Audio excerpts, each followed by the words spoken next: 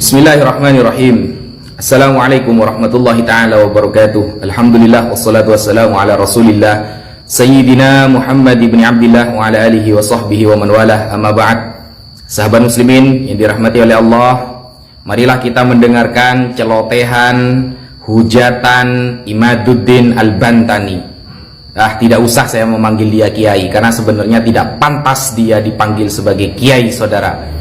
Apalagi ketika dia sudah menyerang guru saya Kiai Haji Idrus Romli dan guru saya juga Kiai Haji Lutfi Basori, karena saya belajar Al-Quran juga kepada Kiai Basori Alwi, abah atau ayah dari Kiai Haji Lutfi Basori. Hujatan yang sangat dahsyat yang diungkapkan dengan tidak ilmiah. Kita dengarkan dulu celotehan atau apa namanya ya, dongeng Imaduddin Al-Bantani. Mbah Hasyim Asy'ari ini sudah wafat, ajaran-ajarannya sudah diberikan pada murid-muridnya, dibentuk organisasi oleh Kiai Hasyim Asy'ari, dibentuk kanun asasi, kemudian mekanisme organisasi, maka doa dan ridho Mbah Hasyim Asy'ari hanya kepada NU yang ikut PBNU, bukan NU yang garis lurus, bukan NU yang ikut Idrus Romli, bukan NU yang ikut Lutfi Basori. Kalau dia ngomong NU tapi ikutnya Lutfi Basori, kalau dia NU ngomongnya NU ikut Mbah Hasyim.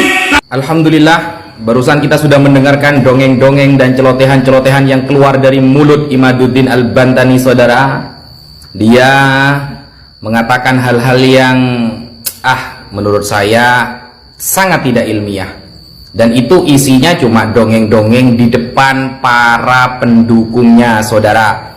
Dia itu gentlenya di depan pendukung, giliran diajak debat dia lari kabur kemana-mana. Beraninya dia itu cuma di depan para pengagumnya, giliran diajak debat ilmiah kabur kemana-mana, mewakilkan. Ya seperti itulah. Saya kira dia harus ganti pakai rok, pakai anting, pakai kalung, pakai gelang saja. Tidak usah pakai jubah, tidak usah pakai sorban. Al-Fakir meskipun tidak pakai sorban, kalau cuma melawan seperti Imaduddin, orang tiga, saya sendirian, saya berani, saudara. Nah, ketika dia sudah mengatakan hal-hal yang tidak sepantasnya, lalu mengatakan NU garis lurus katanya, lalu menyerang guru Al-Fakir, Kiai Haji Idrus Romli dan Kiai Haji Lutfi Basori, itu sangat-sangat menunjukkan bahwa dia orang yang fakir mengenai ilmu. Nah, nggak pantas dipanggil kiai itu, bukan kiai itu, pendongeng. Dia itu pendongeng. Kalau berani, ayo debat. Kalau berani, sampai mana nyali kamu itu, sampai mana, gitu loh. Nah, kemudian dia mengatakan bahwa Kiai Haji Idrus Romli itu bukan NU, tidak NU katanya, karena menyerang NU. Bro, kita kalau mau melihat karya-karya Kiai Haji Hasyim Asy'ari, saya kasih satu contoh. Kitab Risalah Ahlussunnah wal Jamaah. Di sana Kiai Hasyim Asy'ari menyerang habis-habisan pemikiran Wahabi Salafi. Dan kita lihat selama ini yang ada di depan menyerang, menjawab syubhat dari kaum-kaum Wahabi yang suka mengkafir-kafirkan, suka membid'ah-bid'ahkan amaliyah Nahdlatul Ulama. Yang paling di depan adalah Kiai Haji Idrus Romli, bukan Anda, saudara. Yang ada di depan ketika ada orang-orang Syiah menyampaikan syubhatnya, yang ada di depan adalah Kiai Haji Idrus Romli, bukan Imaduddin, saudara. Kita buktikan kemarin waktu debat nasab yang mengikuti pendapat Google yang literasinya ditulis oleh ulama-ulama Wahabi itu siapa? Imaduddin. Yang mengutip Google, kemudian narasi di dalam Google yang ditulis oleh orang Wahabi lalu dijiplak, lalu mengaku-ngaku sebagai tesisnya itu siapa? Imaduddin. Berarti Imaduddin NU apa bukan? Bukan. Dia itu NU rasa Wahabi, rasa Syiah. Dan kemarin yang membatalkan nasab Ba'alawi menggunakan kitab-kitab orang Syiah itu siapa? Imaduddin. Imaduddin juga ngaku NU, membatalkan nasabah Alawi menggunakan kitab Syiah, kemudian menggunakan narasi-narasi dari Salafi Wahabi, sedangkan kedua firqah tersebut sudah disesatkan oleh Kiai Haji Hashim Asy'ari di dalam kitabnya Risalah Ahlus Sunnah wal Jamaah. Sekarang kita pikir, yang NU siapa? Kiai Haji Idrus Romli atau Imaduddin Al-Bantani?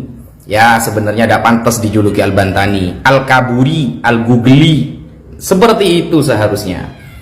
Sok-sokan ngaku tesisnya sendiri, malah nyomot-nyomot Google, bilangnya tesis penelitian, ternyata narasi orang yang dia aku-aku. Kemudian dengan sombongnya mengatakan saya siap debat 3 hari 3 malam, saudara.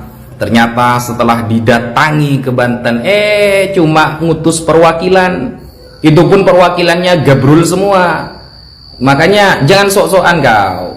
Orang NU itu alim-alim, dan orang NU itu tidak akan mengutip pendapat-pendapat Wahabi untuk membenarkan pemikirannya. Tidak mungkin. Kita itu kalau menggunakan pendapat orang Wahabi untuk menghantam Wahabi sendiri, itu teori muqabadah dalam debat namanya. Kemudian kalau orang NU itu tidak membatalkan nasab Alawi dengan menggunakan kitab-kitab Syiah. Kita itu pakainya Syekh Murtadha Az-Zabidi, As-Samarqandi, Al-Hafidz As-Sakhawi, dan lain sebagainya, Imam Ibnu Hajar Al-Haytami dan sebagainya. Ulama Ahlus Sunnah yang kita pakai, ya kamu kitabnya orang-orang Syiah semua. Loh, kamu yang kamu pakai narasinya orang Wahabi. Dasar orang seperti kamu itu tidak akan pernah diakui oleh umat. Yang umat yang mengakui kamu itu rata-rata orang Kristen. Saya pernah bertemu pendeta mengaku-ngaku sebagai orang Islam membela kamu.